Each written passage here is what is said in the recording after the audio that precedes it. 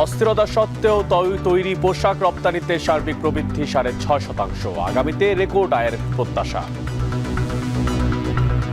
Christmas বা new ইয়ার্সে not necessarily always fashion item বিক্রি হয়, এখানে কিছু বেসিক আইটেমও বিক্রি হয়। গত বছরের আগের বছরের নভেম্বরের সাথে যদি আপনি কম্পেয়ার করেন এই বছরের নভেম্বরের সাথে, তাহলে সেটা আছে আপনার 10% গ্রোথ। আজ খসড়া ভোটার তালিকা প্রকাশ করবে নির্বাচন কমিশন। আপত্তি সংশোধন শেষে চূড়ান্ত তালিকা 2 মার্চ।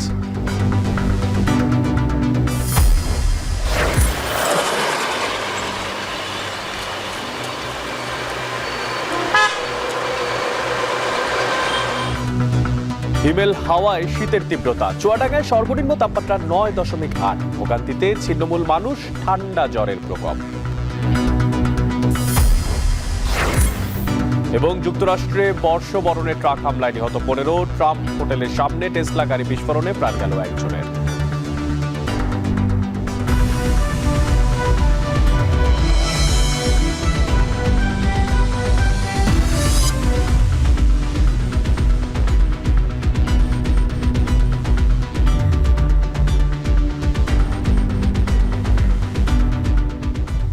স্বাগত এখন বাণিজ্যে। পুরো আয়োজনে আপনাদের সঙ্গে আছে আমি মশিউর অনিক।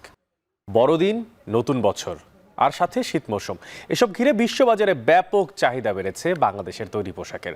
এপিবির সবশেষ তথ্য বলছে, গেল বছরের তুলনায় এই নভেম্বর পর্যন্ত পোশাক রপ্তানির সার্বিক প্রবৃদ্ধি ছিল 6.5%। শুধু নভেম্বরেই প্রবৃদ্ধি 16%-এর বেশি ছাড়িয়েছে। আগামীতে রেকর্ড রপ্তানি আয়ের প্রত্যাশা রপ্তানিকারকদের। আর অস্থিরতার মাঝেও রপ্তানি আয়ের এই যে প্রবৃদ্ধি, তা দেশের জন্য ইতিবাচক বলছেন অর্থনীতিবিদরা। বাকিটা জানাচ্ছেন মুন্নাফ রশিদ।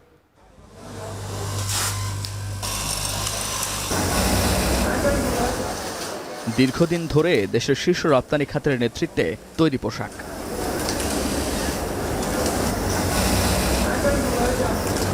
ক্রেতাদের নানা শর্ত আর বিধিনিষেধ যেখানে সর্বদা ছায়ার মতো, সেই তৈরি পোশাক খাতে পান থেকে চুন খসলেই উদ্বেগ বাড়ে তত।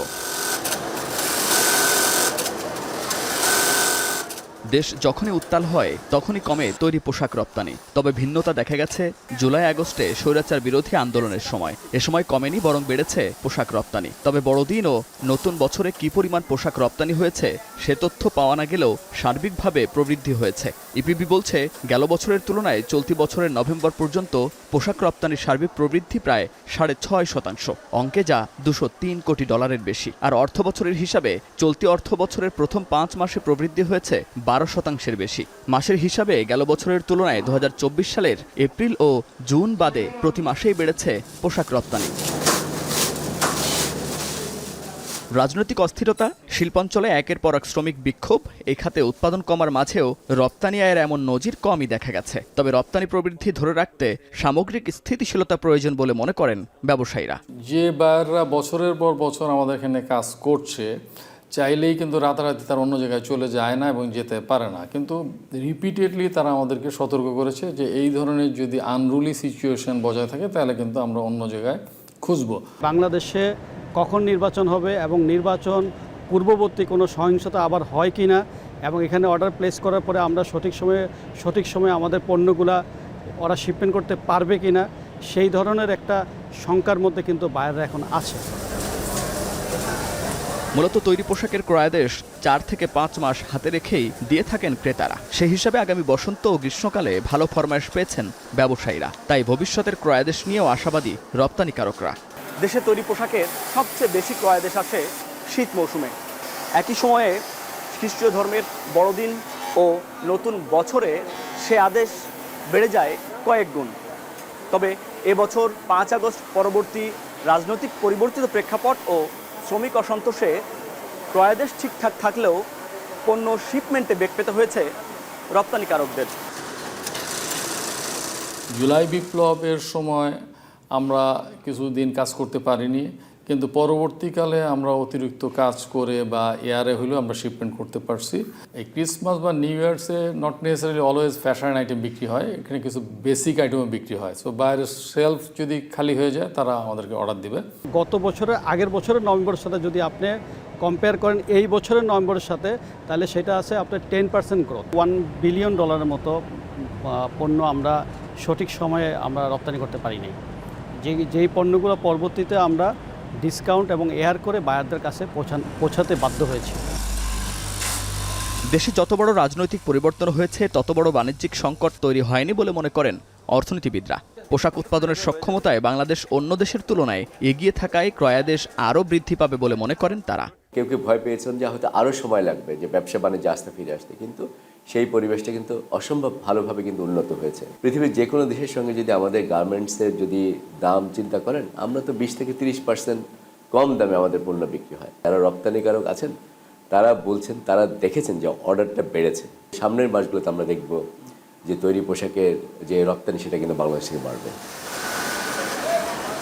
রপ্তানি আয়ের এই প্রবৃদ্ধি অব্যাহত রাখতে ক্রেতাদের আস্থা ফেরানোর পাশাপাশি দেশে রাজনৈতিক স্থিতিশীলতার দরকার বলে মনে করেন সংশ্লিষ্টরা। মুন্নাফ রশিদ, এখন, ঢাকা।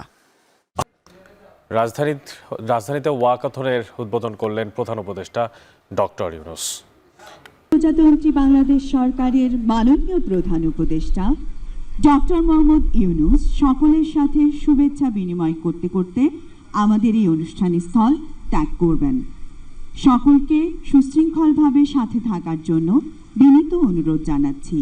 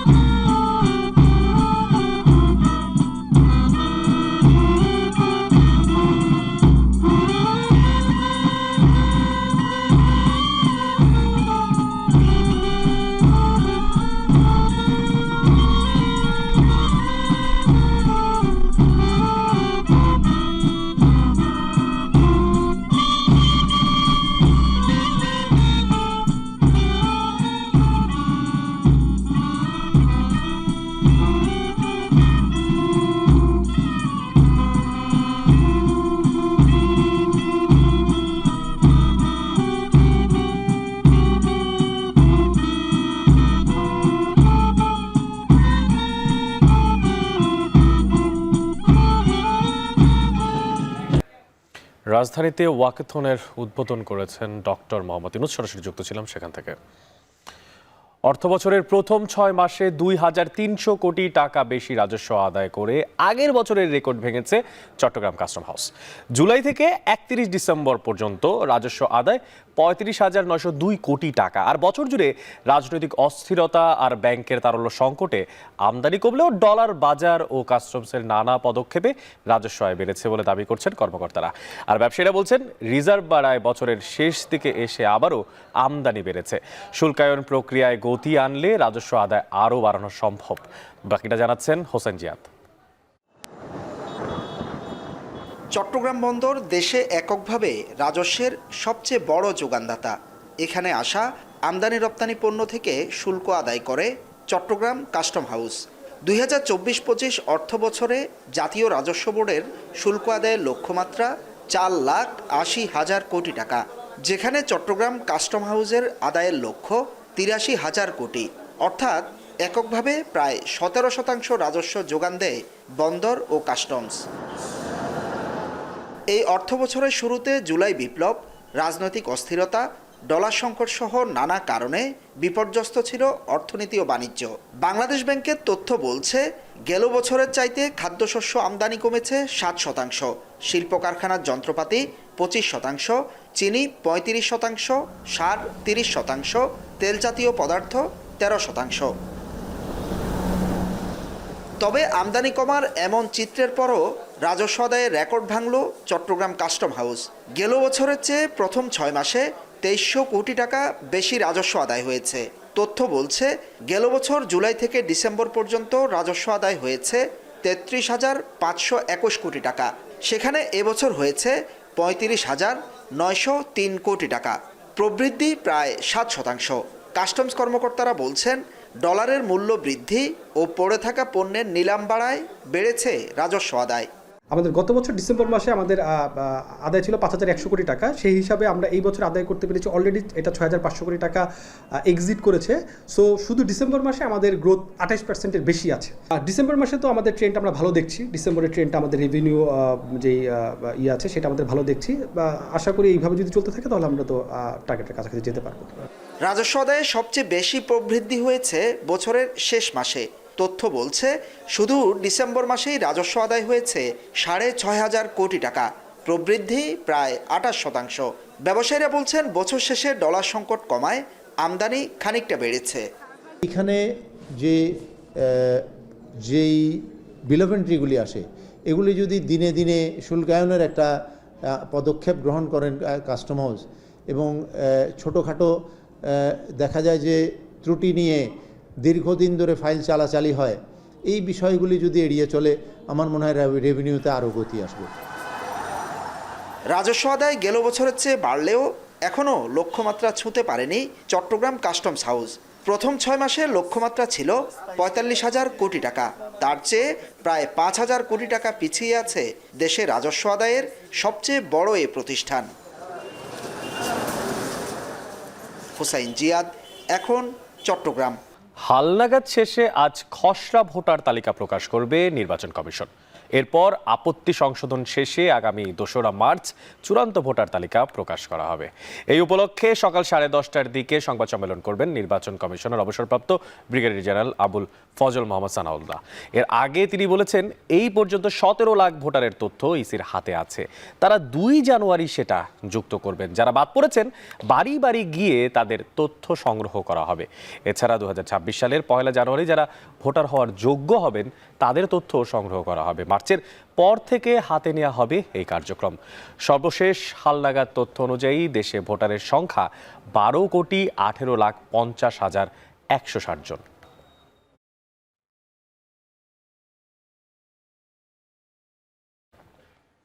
দর্শক, পৌষের ঠিক মাঝামাঝি সময়ে এসে জেঁকে বসেছে শীত। চুয়াডাঙ্গায় শীতের সর্বনিম্ন তাপমাত্রা 9.8 ডিগ্রি সেলসিয়াস রেকর্ড করা হয়েছে। গেল সপ্তাহের তুলনায় বর্তমানে শীতের তীব্রতা বেড়েছে অনেকটা বেশি। পৌষের শীতের দাপটে পঞ্চগড়ে ঘন্টায় 10 থেকে 12 কিলোমিটার গতিতে ঠান্ডা বাতাস বইছে। উত্তরে এই বাতাসেই বেশি অনুভূত হচ্ছে শীত। কুয়াশার পরিমাণ কখনো বাড়ছে তো কখনো কমছে। তাপমাত্রা ওঠানামা করছে 10 থেকে 12 ডিগ্রি সেলসিয়াসের মধ্যেই। আর এই শীতের তীব্রতা বাড়ায় দুর্ভোগে পড়েছেন নিম্ন আয়ের খেটে খাওয়া মানুষেরা। খড়কুটো জ্বালিয়ে অনেকেই শীত নিবারণের চেষ্টা করছেন। জেলার 1 লাখ শীত বস্ত্রের চাহিদা পাঠানো হলেও মিলেছে মাত্র 12,000 কম্বল আর 33 লাখ টাকা। কয়দিন ধরে কুয়াশা ছাড়ে না, রাস্তাঘাট দেখা যায় না, গাড়িগুলো লাইট ধরে। এরকম শীত শীতে থাকা যায় না, ঘর থেকে এরকম অবস্থা, ঠান্ডার জন্য বাইরে হইতে পারি না। কয়েকদিনের থেকে আজকে আবার বেশি কুয়াশা, ঠান্ডা, এমনকি বাতাসের আবহাওয়াটাও একটু ভালো। দর্শক, যেমনটা জানাচ্ছিলাম, সারা দেশে চলছে মৃদু শৈত্যপ্রবাহ। সারা দেশে এই যে পৌষের শীতের দাপট আর শীতে কর্মহীন হয়ে পড়েছে দেশের বিভিন্ন প্রান্ত থেকে কাজ করতে আসা শ্রমজীবীরা। আগে প্রতিদিন যেখানে 300 থেকে 400 জনের কাজের ব্যবস্থা হতো, সেখানে বর্তমানে নেমেছে 70 থেকে 80 জন। এ নিয়ে আরও জানাতে মানিকগঞ্জ বাস স্ট্যান্ড এলাকা থেকে যুক্ত হচ্ছেন সহকর্মী আসাদ জামান। আসাদ, আপনার থেকে জানতে চাই যে এই যে জেলায় শীতের তীব্রতা তা কেমন অনুভূত হচ্ছে, আর শীতে কাজ হারানো যে শ্রমিকেরা তারাই বা এখন কি করছে? অনেক, আপনি যেমনটি বলছিলেন, আপনার প্রশ্নের উত্তর যদি দিতে চাই যে শীতের তীব্রতা কিন্তু সকাল ভোর থেকেই কিন্তু অনেক বেশি, ঠান্ডা বাতাস আর সেই সাথে কিন্তু রোদের দেখা মিলছে না, যার কারণে কিন্তু পরিস্থিতিটা খুবই অন্যরকম অবস্থায় চলে গিয়েছে। আমি এখন রয়েছি বাস স্ট্যান্ড এলাকার বাইতুল আমান জামে মসজিদের সামনে। মূলত এখানেই এক যুগের বেশি সময় ধরেই বিভিন্ন দেশের বিভিন্ন প্রান্ত থেকে আসা শ্রমিকরা তাদের কাজের ব্যবস্থা করে নেয়। তো আমি এখানে অবস্থান করছি মোটামুটি 1 ঘন্টার মতো। এখন পর্যন্ত কোনো শ্রমিক তাদের নিজের কাজের ব্যবস্থা করতে পারেনি। যেখানে আগে ৩ থেকে ৪০০ জনের কাজের ব্যবস্থা হতো প্রত্যেকদিন সকাল থেকে সন্ধ্যা পর্যন্ত। এখন পর্যন্ত তারা অনেকের সাথে কথা হচ্ছে, তারা জানিয়েছে যে মূলত শীতের কারণেই তাদের কাজের ব্যবস্থা হচ্ছে না। সেই সাথে কাজও কিছুটা কম, যার কারণেই তারা মোটামুটি এখানে অপেক্ষা করছে তাদের শ্রম বিক্রি করার জন্য। তো এখানকার যারা রয়েছে তারা কিন্তু অধিকাংশই আসছেন দিনাজপুর, লালমনিরহাট, সিরাজগঞ্জ, রাজবাড়ী, পাবনা, নাটোর, চাঁপাইনবাবগঞ্জ, রাজশাহী। তো অনেকেই এখানে আসছেন, তারা ১ সপ্তাহ ২ সপ্তাহ বা কেউ ১ মাস যাবৎ এখানে আসছেন, কিন্তু তারা কিন্তু ভ্রাম্যমান ভাবেই থাকছেন। মানে রাতের বেলা বাস টার্মিনাল, হাসপাতালের সামনে, স্কুল কলেজের বারান্দায় সেখানে কিন্তু তারা মানবেতর জীবনযাপন করছেন বলে তারা আমাদেরকে জানিয়েছেন। মূলত তাদের দীর্ঘদিন ধরেই যে এখানে থাকার যে সমস্যা, কারণ তারা ইনকাম করে হচ্ছে ৫ থেকে ৬০০ টাকা, কিন্তু এখন যারাও কাজে যাচ্ছেন তারাও কিন্তু ৩৫০ থেকে ৪০০ টাকায় কাজে নিচ্ছেন বলে আমাদেরকে তারা জানিয়েছেন। মূলত মজুরিও তাদের কমে গিয়েছে বলে আমাদেরকে জানিয়েছেন। আর মানবতর জীবনযাপন করছেন, কারণ কাজ নেই বললেই চলে। তো অনেক, এই ছিল আমার কাছে শ্রমের বাজার থেকে সর্বশেষ সংবাদ। দর্শক, পৌষের ঠিক মাঝামাঝি এসে যেন বিপর্যস্ত হয়ে উঠেছে শ্রমবাজারের অবস্থা। মূলত শীতের তীব্রতাই এর পেছনে কারণ। সে বিষয়ে খোঁজ খবর রাখছিলেন মানিকগঞ্জ থেকে সহকর্মী আসাদ জামান। রাষ্ট্রদ্রোহ মামলায় চট্টগ্রাম আদালতে বহিষ্কৃত ইসকন নেতা চিন্ময় দাসের শুনানি আজ। অপ্রীতিকর পরিস্থিতি এড়াতে আদালত ও কারাগারের সামনের সড়কে নেওয়া হয়েছে ব্যাপক নিরাপত্তা। এ নিয়ে আরও জানাতে যুক্ত হচ্ছেন সেখান থেকে সহকর্মী হোসেন জিয়াদ। জিয়াদ, আপনার থেকে জানতে চাই যে চিন্ময় কৃষ্ণকে আদালতে তোলা হচ্ছে, তো কখন নাগাদ তাকে তোলা হতে পারে, আর আদালত পাড়ায় নিরাপত্তা ব্যবস্থা বা কেমন দেখতে পাচ্ছেন, কেমন নিরাপত্তা সাজানো হয়েছে?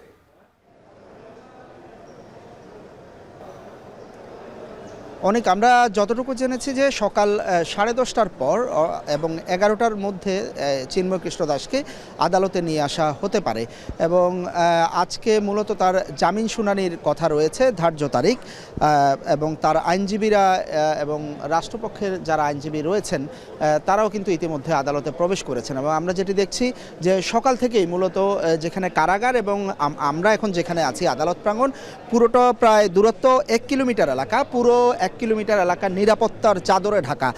সেনাবাহিনী, বিজিবির সদস্য, আইনশৃঙ্খলা রক্ষাকারী বাহিনী, পুলিশকে দেখতে পাচ্ছি, সাদা পোশাকে গোয়েন্দারা রয়েছেন এবং কয়েক স্তরের নিরাপত্তার চাদরে আসলে ঢাকা হয়েছে এই কোর্ট বিল্ডিং চত্বর, সড়ক এবং একেবারে কারাগারের সামনে থেকে যে আদালতে তাকে নিয়ে আসা হবে সেই আদালত পর্যন্ত। শুধু তাই নয়, আমরা সকাল থেকে দেখতে পাচ্ছি আদালতে প্রতিদিন যে গাড়ি বা যানবাহন চলাচল করে সেগুলো আজকে চলাচল করতে দেয়া হচ্ছে না এবং একই সাথে যারা আসছেন তাদেরকে আদালতের কার্ড দেখিয়ে আসলে ঢোকানো হচ্ছে এবং একই সাথে ব্যাগ তল্লাশি চলছে। অর্থাৎ একেবারে পুরো আদালত প্রাঙ্গণে আমরা নিরাপত্তা চাদরে ঢাকা দেখতে পাচ্ছি। আর আজকে মূলত এর কারণ হলো গেল 26 নভেম্বর, নিশ্চয়ই আপনারা জানেন যে যখন এর আগে আদালতে তোলা হয়েছিল সেদিন চিন্ময়ের অনুসারীদের সাথে মূলত পুলিশ এবং এখানকার যারা আইনজীবী রয়েছেন তাদের সাথে ত্রিমুখী সংঘর্ষ হয়। সেখানে আইনজীবী সাইফুল ইসলাম আলিফ হত্যাকাণ্ডের ঘটনা ঘটে এবং এরপরেই মূলত আলিফের বাবা, ভাই এবং আইনজীবীরা মিলে মোট 6টি মামলা আসলে এখানে দায়ের হয়। সেই ঘটনায় হত্যা, সংঘর্ষ, পুলিশের উপর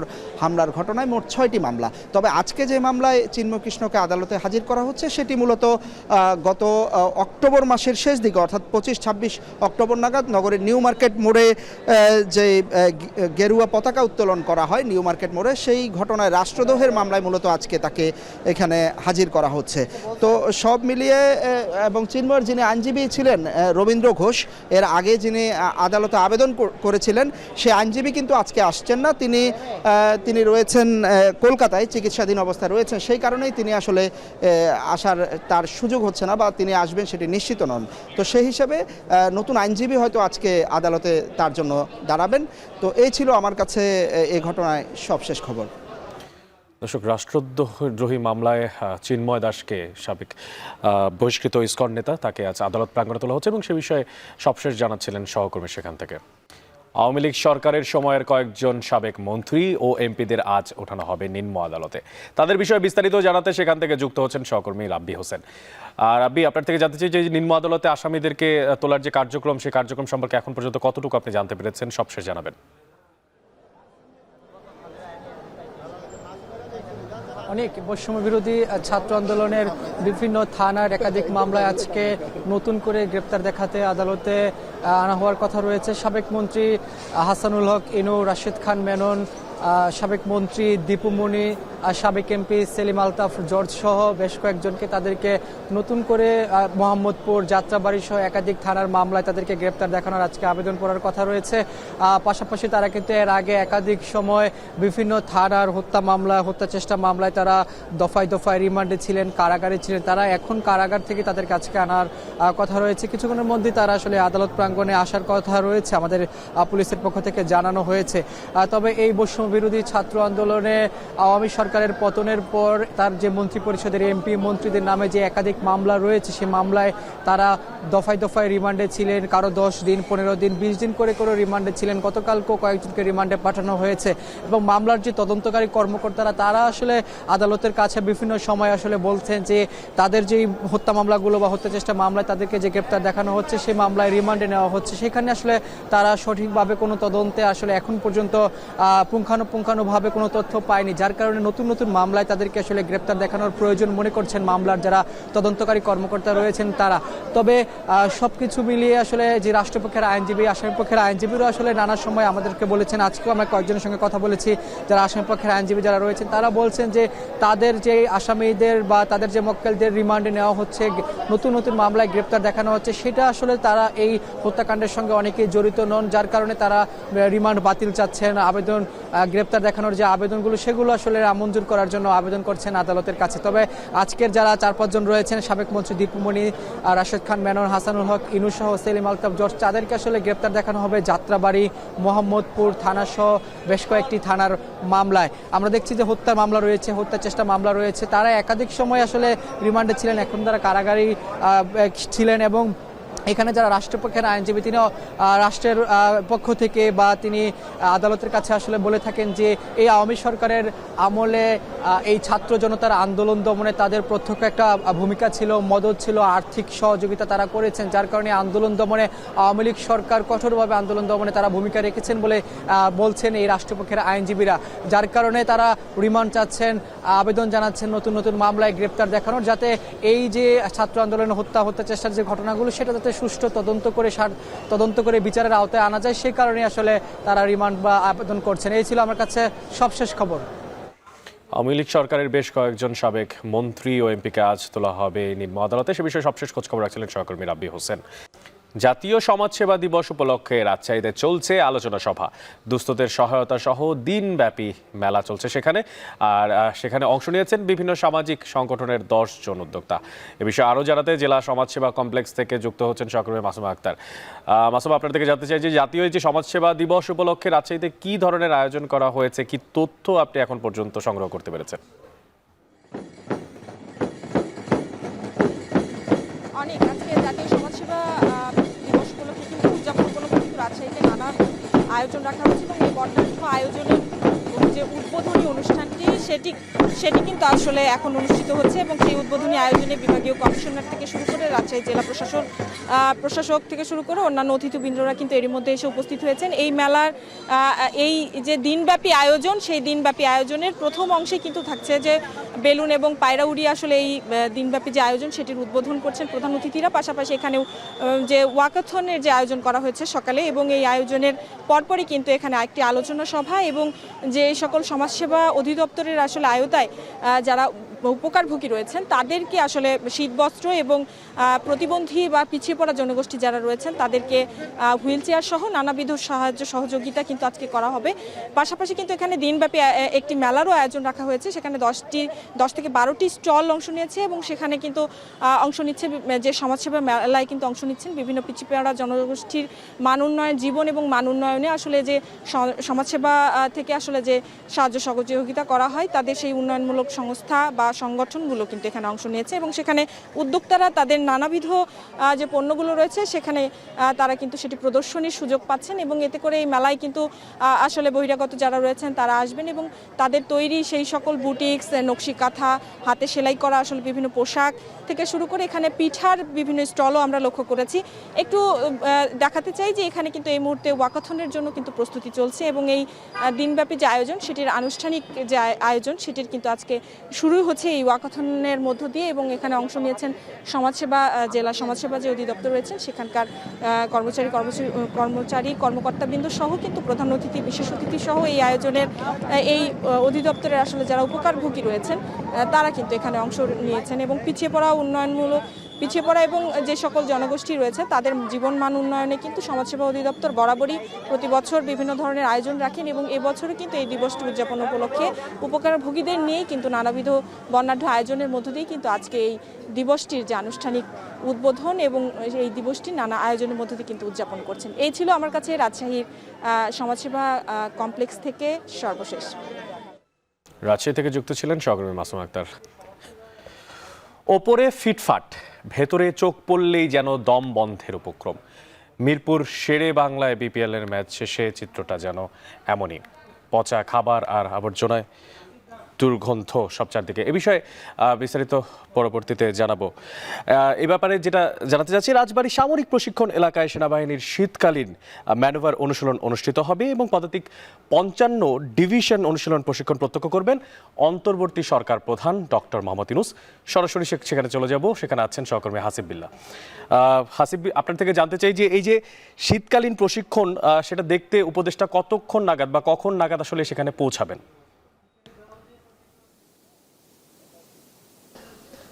অনেক কিছুক্ষণ আগেই ঢাকায় একটি কর্মসূচিতে অংশ নিয়েছেন প্রধান উপদেষ্টা। সেটি শেষ করে তারপরেই এই রাজবাড়ির উদ্দেশ্যে হেলিকপ্টার যোগে তার আসার কথা, যদিও কুয়াশার কারণে সেটি হয়তো কিছুটা দেরি হবে তার রওনা হতে। অর্থাৎ এইখানে 11:30টায় অনুষ্ঠান কর্মসূচি শুরু হওয়ার কথা ছিল, সেটি হয়তো কিছুক্ষণ পিছিয়ে 12টায় অনুষ্ঠান কর্মসূচি শুরু হবে এবং সেখানে প্রায় ঘণ্টাব্যাপী একটি শীতকালীন যে ম্যানুভার প্রদর্শনী বা প্রশিক্ষণ সেটি তিনি পরিদর্শন করবেন। আপনাকে জানিয়ে রাখি যে শীতকালীন এই ম্যানুভার এটি মূলত একটি কৃত্রিম যুদ্ধ এবং সেই যুদ্ধ অর্থাৎ কোনো বহির্দেশের কোনো শত্রু যদি বাংলাদেশের ভূখণ্ডে হামলা চালায়, সেখানে বাংলাদেশের সেনাবাহিনী তার সর্বশক্তি দিয়ে যত সরঞ্জাম আছে এবং সমরাস্ত্র রয়েছে সেগুলো দিয়ে তারা মোকাবেলা করেন। এই যে এই প্রশিক্ষণ কর্মসূচি এবং এটি একটি প্রতি বছর শীতকালে এই কর্মসূচিটি অনুষ্ঠিত হয় এবং সেটি বাংলাদেশ সেনাবাহিনী এবার বাংলাদেশ সেনাবাহিনীর 55 পদাতিক ডিভিশন অর্থাৎ যশোর ডিভিশন সেই কর্মসূচিটি আজকে সমাপনী দিন, যেটি মূলত এখানে রাজবাড়ী থেকে বেশ কিছুটা দূরে পদ্মা নদীর মাঝখানে অর্থাৎ দুই পাশে নদী মাঝখানে যে চর উঠেছে এই বিশাল চরের মাঝখানে একটি এই প্রদর্শনী মহড়াটি হবে এবং মূলত যেখানে বাংলাদেশ সেনাবাহিনীর ট্যাঙ্ক, গোলন্দাজ কামান এবং যেসব পদাতিক বাহিনীর আরও যুদ্ধের জন্য যেসব সরঞ্জাম প্রয়োজন হয় এবং হেলিকপ্টার এই সব যুদ্ধ সরঞ্জাম ব্যবহার হবে এবং এটি মূলত একটি বহির্দেশের কোনো যদি শত্রু বাংলাদেশে আক্রমণ করতে আসে সেটি মোকাবেলার জন্য সর্বোচ্চ যে প্রস্তুতি এবং সর্বোচ্চ যে কার্যক্রম সেগুলো সেই সেনাবাহিনীর সদস্যরা সেগুলো পরিচালনা করবেন এবং সেটি প্রধান উপদেষ্টা দেখবেন এবং তারপরে তিনি একটি ভাষণ দেবেন এবং তারপরে এই অনুষ্ঠানটি শেষ হবে এবারের মতন। এ ছিল অনেক এই রাজবাড়ী থেকে সবশেষ খবর। রাজবাড়ী থেকে যুক্ত ছিলেন সহকর্মী হাসিব বিল্লাহ। এবার আন্তর্জাতিক প্রসঙ্গ। লুইজিয়ানা অঙ্গরাজ্যের নিউ অরলিন্সে বর্ষবরণের ভিড়ে ট্রাক নিয়ে ভয়াবহ হামলায় সন্দেহভাজন ব্যক্তিসহ নিহত বেড়ে দাঁড়িয়েছে 15 জনে। আহত হয়েছে 35 জন। হামলাকারীর নাম শামসুদ্দিন জব্বার, তিনি টেক্সাসের বাসিন্দা। বুধবার স্থানীয় সময় ভোর 3টার কিছু পরে বারবন স্ট্রিটে হামলাকারী বেপরোয়া গতিতে ট্রাক চাপা দিয়ে দেওয়ার পর অতর্কিতভাবে গুলি চালালে হতাহতের ঘটনা ঘটে। এটিকে সন্ত্রাসী কর্মকাণ্ড আখ্যা দিয়ে তদন্ত শুরু করেছে FBI। তহিদুর রহমান জানাচ্ছেন বাকিটা। পুরাতনকে বিদায় দিয়ে নতুন বছর বরণ উদযাপনে মেতেছিলেন শত শত মানুষ। ঘড়িতে ভোর ৩:১৫ বাজতেই যুক্তরাষ্ট্রের লুইজিয়ানা অঙ্গরাজ্যের নিউ অরলিন্স শহরের আনন্দ রূপ নেয় বিষাদে। ২০২৫ সালকে স্বাগত জানানো মানুষের ভিড়ে অতর্কিত হামলায় ছড়িয়ে পড়ে আতঙ্ক। হতাহতের শিকার হয় বহু মানুষ। আহতদের ভর্তি করা হয়েছে শহরটির ৫টি হাসপাতালে। পুলিশের দেয়া তথ্য বলছে, হামলাকারী প্রথমে ছোট একটি ট্রাক নিয়ে বেপরোয়া গতিতে মানুষের ভিড়ের মধ্যে ঢুকে পড়ে। পরে এলোপাতাড়ি গুলিও চালায়। পরিস্থিতি সামাল দিতে পুলিশও পাল্টা গুলি ছোড়ে। এ সময় পুলিশের সাথে বন্দুকযুদ্ধে সন্দেহভাজন হামলাকারীও মারা গেছেন বলে জানিয়েছে আইন প্রয়োগকারী কর্মকর্তারা। আহত হয়েছেন 2 পুলিশ সদস্যও। What I also can tell you is that this man, this perpetrator, he fired on our officers from his vehicle when he crashed his vehicle. 2 of our officers have been shot. They are stable. খ্রিস্টীয় নববর্ষ উদযাপনের সময় এই হামলার ঘটনাকে ভয়াবহ সহিংস তৎপরতা হিসেবে অভিহিত করেছেন লুইজিয়ানার গভর্নর জেফ ল্যান্ড্রি। সামাজিক যোগাযোগ মাধ্যমে দেয়া পোস্টে স্থানীয় বাসিন্দাদের ওই এলাকা এড়িয়ে চলার পরামর্শ দিয়েছেন তিনি। এরই মধ্যে জনগণের নিরাপত্তার স্বার্থে কঠোর অবস্থানে আইন প্রয়োগকারী সংস্থা ও সিটি কর্তৃপক্ষ। In addition to that, I'm asking the public to stay clear of 8 blocks around Bourbon Street. New অরলিন্সে হওয়া এই মারাত্মক হামলাটিকে সন্ত্রাসবাদী কাজ হিসেবে আখ্যা দিয়ে তদন্ত শুরু করেছে ফেডারেল আইন প্রয়োগ ও তদন্তকারী সংস্থা FBI। What it is right now is their improvised explosive devices that was found, and we are working on confirming if this is a viable device or not. এদিকে সামাজিক যোগাযোগ মাধ্যমে দেয়া পোস্টে এই ঘটনার তীব্র নিন্দা জানিয়েছেন নবনির্বাচিত মার্কিন প্রেসিডেন্ট ডোনাল্ড ট্রাম্প। এছাড়া গত 4 বছরে ক্ষমতায় থাকা বাইডেন প্রশাসনের কঠোর সমালোচনা করেছেন তিনি। এই অবস্থায় বিদায়ের মাসে এসে বেশ বেকায়দায় পড়তে হলো প্রেসিডেন্ট জো বাইডেনকে। ইতিমধ্যে হতাহতদের পরিবারের প্রতি শোক ও সমবেদনা জানিয়েছেন তিনি। I'm not going to comment till I speak to the group later. I've spoken to every member of the agency, from the CIA to our national security team. New অরলিন্সে এর আগেও নববর্ষ ও অন্যান্য উৎসবে সহিংসতার ঘটনা ঘটেছে। 2024 সালের নভেম্বরে একটি প্যারেডে গুলিবর্ষণে 2 জন নিহত এবং 10 জন আহত হন। এছাড়া 2017 সালে মাতাল অবস্থায় এক ব্যক্তি মার্দি গ্রাস প্যারেডের ট্রাক চালিয়ে 20 জনের বেশি মানুষকে আহত করেছিল। তৌহিদুর রহমান, এখন বিশ্ব। ইলন মাস্কের টেসলা কোম্পানির একটি গাড়িতে বিস্ফোরণে 1 জন মারা গেছেন। আহত হয়েছেন অন্তত 7 জন। লাস ভেগাসে ট্রাম্পের মালিকানাধীন একটি হোটেলের ঠিক সামনে এই ঘটনা ঘটে। ইলন মাস্ক দাবি করেন বোমার আঘাতে গাড়িটি বিস্ফোরণ হয়েছে। এটিকে বিচ্ছিন্ন ঘটনা বলছে FBI। তবে এর সঙ্গে অরলিন্সের ট্রাক হামলার যোগসূত্র আছে কি না তা অনুসন্ধানের নির্দেশ দিয়েছেন মার্কিন প্রেসিডেন্ট জো বাইডেন। তানভীর জনির প্রতিবেদনে দেখবেন বিস্তারিত। 2023 সালে সম্পূর্ণ বিদ্যুৎ চালিত প্রথম পিকআপ সাইবার ট্রাক বাজারে আনে ধনকুবের ইলন মাস্কের বৈদ্যুতিক গাড়ির নির্মাতা প্রতিষ্ঠান টেসলা। উচ্চ অ্যাক্সেলারেশন প্রযুক্তির এই গাড়ি আরোহীদের জন্য সর্বোচ্চ নিরাপত্তা নিশ্চিত করা হয়েছে। এছাড়া ঘন্টায় সর্বোচ্চ 400 থেকে 800 কিলোমিটার পর্যন্ত গতি তুলতে পারে গাড়িটি। জীবাশ্ম জ্বালানির ব্যবহার কমানোর লক্ষ্যে সাইবার ট্রাক বাজারজাত করেন মার্কিন ধনকুবের ইলন মাস্ক। এবার যুক্তরাষ্ট্রের লাস ভেগাস শহরে টেসলার সাইবার ট্রাকে বিস্ফোরণ ও আগুন লাগার ঘটনা ঘটল।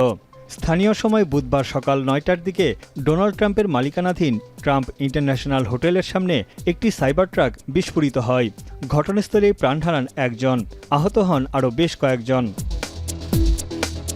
প্রত্যক্ষদর্শীদের তথ্য মতে হোটেলের সামনে পার্ক করা গাড়িটি হুট করেই বিস্ফোরিত হয়। এরপরই এতে আগুন ধরে যায়। পরপর 3টি বিস্ফোরণের শব্দ হয়। তাদের ধারণা গাড়ির ভেতরে আতশবাজি বা বিস্ফোরক দ্রব্য ছিল। টেসলা প্রধান ইলন মাস্কের দাবি, বিস্ফোরণ হওয়ার মতো কোনো ত্রুটি গাড়ির মধ্যে ছিল না। এটি সন্ত্রাসী হামলা হতে পারে। বোমার আঘাতেও বিস্ফোরণ হতে পারে গাড়িটিতে। মার্কিন প্রেসিডেন্ট জো বাইডেনও ইলন মাস্কের সঙ্গে সুর মিলিয়েছেন। তার আশঙ্কা, নিউ অরলিন্সের ট্রাক হামলার সঙ্গে এই ঘটনার যোগসূত্র থাকতে পারে। এটি সন্ত্রাসী কর্মকাণ্ড কিনা তা খতিয়ে দেখছে FBI। We're tracking the explosion of a Cybertruck outside the Trump Hotel in Las Vegas. Law enforcement and the intelligence community are investigating this as well. including whether there's any possible connection with the attack in New Orleans. তবে FBI এর মতে এটি একটি বিচ্ছিন্ন ঘটনা। লাস ভেগাসের police বলছে এর সঙ্গে আইএস বা নিউ অর্লিন্সের ঘটনার যোগসূত্র থাকার ব্যাপারে কোনো ইঙ্গিত মেলেনি। সন্ত্রাসী কর্মকাণ্ড কিনা তাও স্পষ্ট নয়। ISIS, and I will tell you that we don't have any indication of that here in Las Vegas. No overt ISIS flag as was seen in New Orleans. But again, we are investigating every aspect of this. এর আগেও টেসলার নির্মিত বেশ কয়েকটি cyber truck দুর্ঘটনায় পড়েছে, তবে এতে গাড়ি বা এর আরোহীদের তেমন ক্ষয়ক্ষতির খবর পাওয়া যায়নি। বিশেষজ্ঞদের মতে বৈদ্যুতিক গাড়ির ইঞ্জিনের আগুন অন্যান্য গাড়ি থেকে ভিন্নভাবে জ্বলে, যা দীর্ঘ সময় স্থায়ী হয় এবং নেভানো অনেক কঠিন হয়ে পড়ে। তানভীর জনি, এখন বিশ্ব। দর্শক, এবার খেলার প্রসঙ্গ। ওপরে ফিটফাট আর ভেতরে চোখ পড়লেই যেন দম বন্ধের উপক্রম। মিরপুর শেরেবাংলার স্টেডিয়ামের বিপিএল এর ম্যাচ শেষে চিত্রটা যেমন এমনই। পচা খাবার আর আবর্জনায় দূষিত হচ্ছে স্টেডিয়ামের পরিবেশ। 3 গ্যালারির জন্য ডাস্টবিন রয়েছে মাত্র 2টি, জানিয়ে বিপাকে রয়েছে হোম অফ ক্রিকেটের পরিচ্ছন্নতা কর্মীরাও। বাকিরা জানাচ্ছেন রেদওয়ান শাওন। দেয়ালে দেয়ালে গ্রাফিতি, রং বদলে রঙিন করি সোনার বাংলাদেশ। বিপিএল এর 11তম আসরকে ভিন্ন মাত্রা দিতে নানা রূপে সেজেছে মিরপুরের শেরি বাংলা। তবে চাঁদেরও থাকে যে কলঙ্কের দাগ। বিপিএল এর চাকচিক্যতাই অদেখাই থেকে যায় পর্দার আড়ালের এই ছবিগুলো। ছবিগুলো হোম অফ ক্রিকেটের নর্দার্ন, সাউদার্ন আর ইস্টার্ন গ্যালারির। 200 থেকে 300 টাকার এই টিকিট কেটেই মাঠে খেলা উপভোগ করেন অধিকাংশ ক্রিকেট প্রেমী। তবে ম্যাচ শেষে স্টেডিয়ামের এমন চিত্র নিশ্চয়ই প্রশ্ন তুলবে এখানকার পরিবেশ নিয়ে। পচা খাবার আর আবর্জনা যেন ঢেকে রেখেছে জুলাই শহীদ মুগ্ধর নামে গড়া বিনামূল্যের এই পানির স্টলটাকেও। প্রশ্ন উঠতে পারে, তবে কি দর্শকদের অসচেতনতাই এমন পরিস্থিতির কারণ? বাস্তবতা বলছে দর্শকদের অসচেতনতা তো বটেই, সাথে ক্রিকেট বোর্ডের বিচক্ষণতার অভাবও তৈরি করেছে এমন পরিবেশ।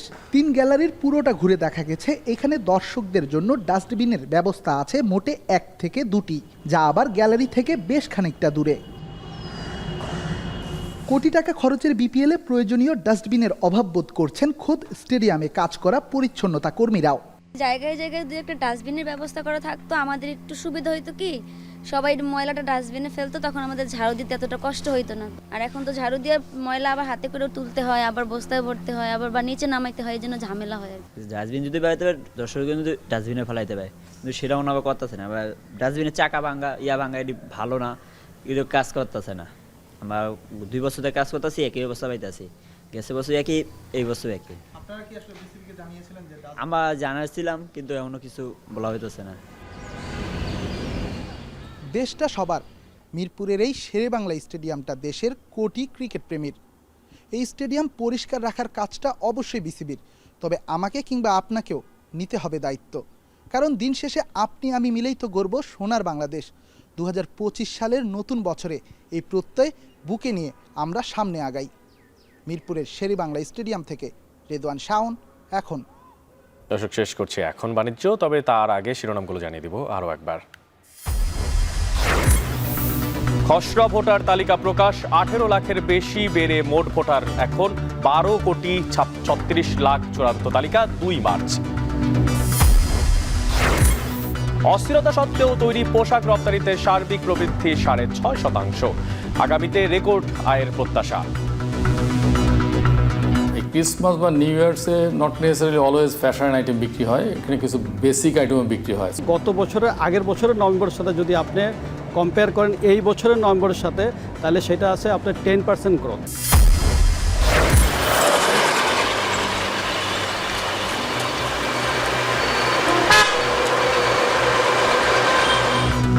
হিমেল হাওয়ায় শীতের তীব্রতা, চুয়াডাঙ্গায় সর্বনিম্ন তাপমাত্রা 9.8।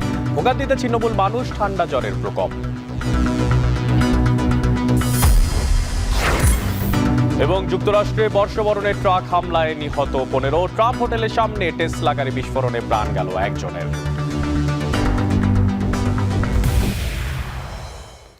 শেষ করছি এখন বাণিজ্য। এখন টেলিভিশন ওয়েবসাইটে দেখতে ভিজিট করুন www.এখন.tv। এছাড়া এখন টেলিভিশন ফেসবুকে দেখতে ভিজিট করুন facebook.com/tv.এখন এবং ইউটিউবে এখন টেলিভিশন দেখতে ভিজিট করুন youtube.com/c/এখন tv।